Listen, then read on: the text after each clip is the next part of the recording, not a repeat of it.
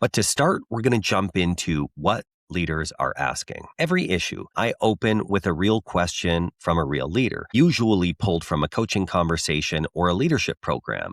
But this one came from a breakfast I was attending where the conversation went into something that I haven't stopped chewing on because most leaders are quietly fighting the same battle. This person asked when reacting emotionally is actually effective. Now, it depends on what being effective means to you, because I've seen leaders be very volatile and emotional. And when they walk into the room, it's like the cockroaches scatter. People try to avoid them like the plague. Now, is that effective?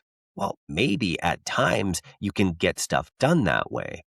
But is that what you should aspire to? Well, before I dive into it, I want to say the cost of being human is that we're emotional beings. We are imperfect. We make mistakes. At least I certainly do. And when we're at our worst, we react emotionally and we have oftentimes a negative impact.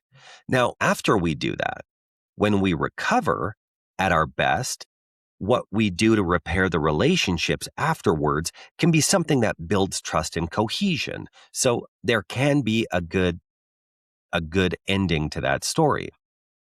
Now, as I said, I've made many mistakes, both as a father and a leader. And after I have a disproportionate response and I get back to regulating, one of the things that I pride myself on is the ability to repair. So I can apologize and find ways to turn this unfortunate incident into a relationship asset. Now, your apologies and your ability to repair doesn't mean it's a good strategy.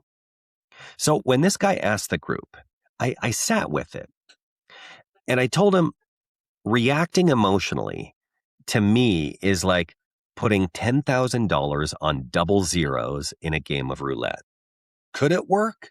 Sure. Might there be a payoff? Maybe. But is it a good strategy? No.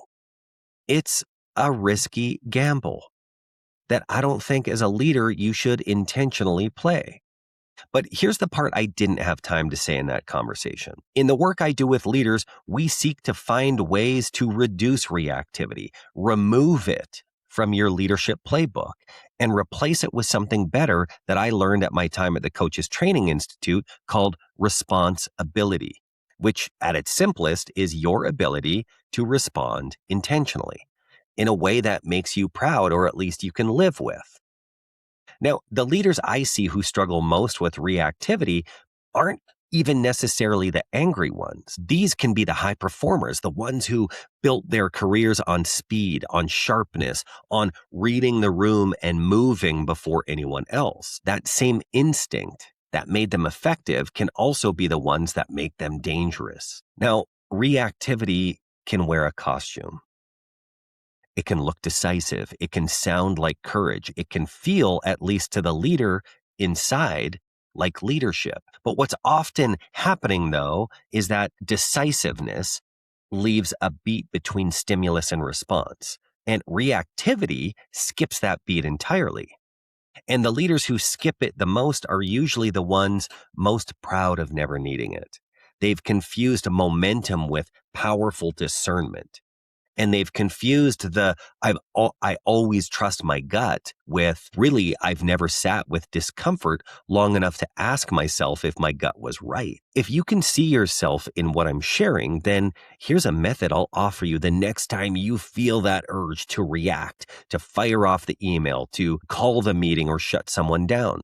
Replace asking the question, how do I want to show up? That's great before the meeting, when you seek to develop the intentionality of how you want to show up. That question can be effective, but it can be too soft to use when you catch yourself emotionally activated. When you get triggered and you are activated, the question I want you to ask yourself is, what impact do I not want to have in this moment? There are moments where refusal is far sharper and effective than aspiration. Refuse to show up in a way. You may not know the right move, but you almost always know the move that you'd regret tomorrow. That's replacing reactivity with responsibility. Try leading from there.